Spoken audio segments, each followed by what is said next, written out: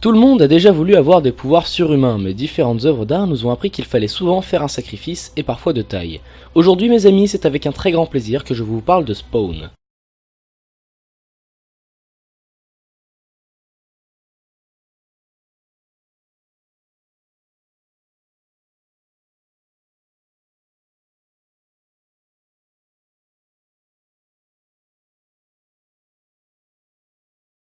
Et on se retrouve après ce petit générique pour parler de Spawn. Mais tout d'abord, je vous déconseille de regarder l'écran, il est juste là pour remplacer le vide visuel. Bon, c'est parti. Donc, Spawn est un comics créé par Todd McFarlane en 1992, publié par Image Comics aux États-Unis et par Delcourt en France, dans la collection Contrebande. Donc l'histoire, ça se passe à la sortie du comics en quelque sorte, à savoir en 1992 et à New York, mais pas que. Donc, Spawn raconte l'histoire de Hal Simmons, un lieutenant-colonel américain devenu gênant pour son supérieur, Jason Wynn. On va en reparler, rappelez-vous-en. Il se fait donc assassiner, mais à cause des morts qu'il a provoquées, il est envoyé en enfer. C'est ici que sa vie va devenir encore plus éprouvante. Le diable lui propose de pouvoir retourner sur Terre afin de revoir sa femme Wanda une dernière fois. En échange, il doit devenir le chef des armées du diable Malbogia pour mener la guerre contre les forces du bien. Il revient alors sur Terre sous la forme d'un Hellspawn, une créature infernale dotée d'un immense pouvoir. Il doit alors prouver à son nouveau maître qu'il est capable de commander les armées infernales lors de l'Armageddon. Il découvre à son retour que 5 ans se sont écoulés et que sa femme Wanda s'est remariée à Terry Fitzgerald, son meilleur ami. Il refuse cependant d'obéir à Malbogia et reste sur Terre à rester avec les seules personnes qui l'acceptent, les sans-abri qu'il protège de la pègre et des flics corrompus. S'ajoutent à cette histoire beaucoup de personnages, comme par exemple Angela qui est une guerrière céleste qui, comme toutes les guerrières célestes, a pour mission d'éliminer tous les Hellspawn. Malheureusement pour elle, elle perd son combat contre le Hellspawn Hal Simmons et se fait juger par le Conseil du Paradis appelé le Conseil Séraphique. Hal Simmons accepte de témoigner en sa faveur.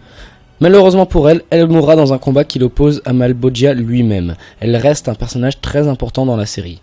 Mais 3 autres personnages sont aussi très importants. Le premier est Malbogia, on en a déjà parlé, il est le diable incarné et dirige les enfers. Son but est d'éliminer toutes les guerrières célestes ainsi que les forces qui règnent au paradis.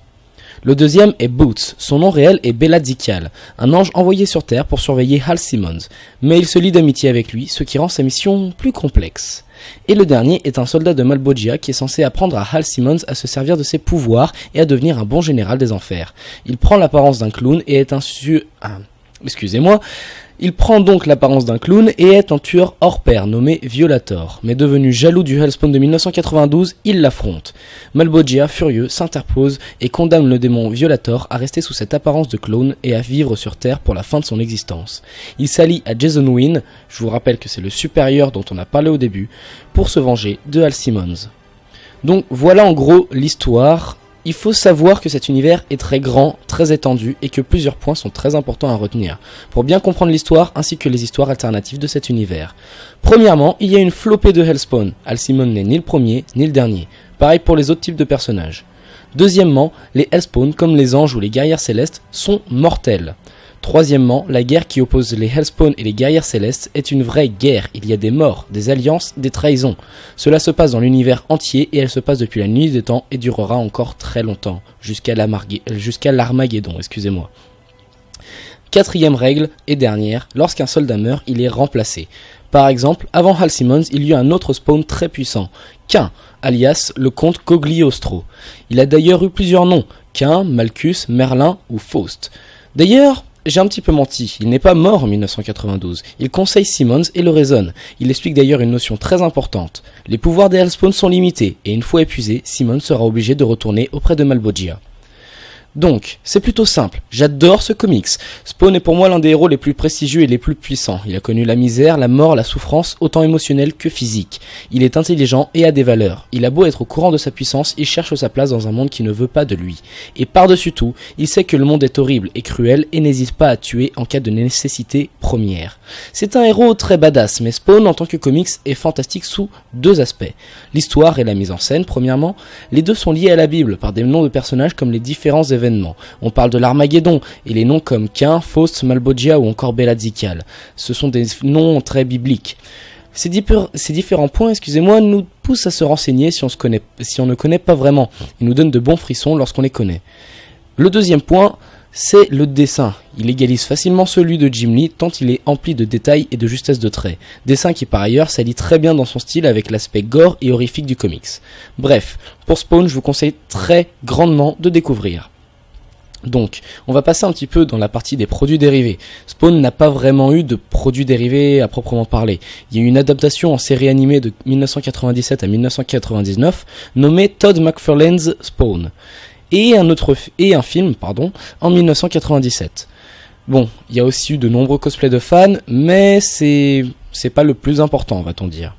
Bon, une petite parenthèse sur le film, je vais en parler un petit peu parce que il a souvent été controversé et beaucoup n'aiment pas. C'est pas mon cas, je l'ai connu enfant malgré son rated R et j'avoue avoir bien retrouvé l'histoire de base. Forcément, car l'histoire complète est beaucoup trop étendue pour en faire un seul film. Et l'autre principale critique est la médiocrité des effets spéciaux.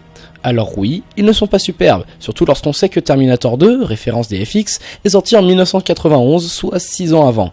Mais le budget alloué aux effets spéciaux est bien plus bas que celui de Terminator 2. Et les effets spéciaux ne gâchent pas l'esthétique globale du film ou l'histoire, vu qu'ils ne sont pas à l'écran en permanence et qu'ils ne sont pas tous si horribles que ça. Bref, c'était une petite longue parenthèse, mais cette vidéo touche à sa fin, donc on se retrouve après le générique, comme d'habitude, pour les 2 chansons bonus et un petit peu plus. A tout de suite.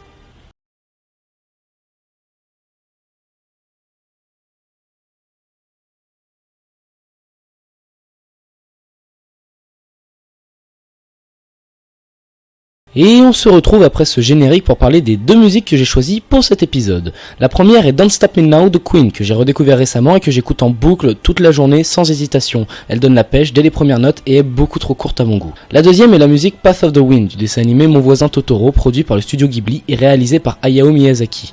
Une musique qui, contrairement à l'autre, est très douce et paisible. Elle apaise. Et le point commun avec la première musique est qu'elle aussi peut s'écouter en boucle toute la journée. Donc la présentation des 2 musiques est un peu courte, c'est normal. Avant de passer aux habitudes fin de vidéo, je voudrais passer un petit message de soutien à tous ceux qui continuent de s'exprimer sur les événements qui se passent actuellement en France, tels que la nuit debout, par rapport au 49.3 et les lois débiles qui nous oppressent. C'est en continuant de manifester, de faire des grèves, de tweeter ou bien même de retweeter tout simplement qu'on changera les choses. Donc tous ceux qui continuent, bravo, vous êtes juste géniaux. Voilà, je me sentais un petit peu obligé de parler de ça, désolé. De plus, je vous embête encore un tout petit peu pour aller voir la chaîne du Guerrier Brun, dont je mets le lien dans la description depuis l'épisode 3. C'est une chaîne sur le noble sport qu'est le parcours, je l'aide un petit peu sur ses vidéos et le gars est vachement sympa aussi. Bon, allez voir, je pense que vous pouvez être intéressé. Bon, c'est fini pour aujourd'hui. Un épisode plus court que d'habitude, mais il y a une excellente raison et une autre un peu plus moyenne. Je vais commencer par la moyenne, c'est simple, les révisions du bac de français. Donc un peu moins de temps pour faire un épisode plus long. Et l'excellente raison est que le prochain épisode sera un hors-série qui vaut un peu plus le coup. Je referai certainement cependant un épisode sur Spawn pour compléter celui-là. Au programme, plus de persos, plus d'histoire et plus de mythologie. Allez, on se retrouve dans un mois environ. N'oubliez pas, écrire est un art et l'art nous permet d'exprimer nos pensées dans le but de faire entendre votre voix. Donc s'il vous plaît, commentez. Salut à tous.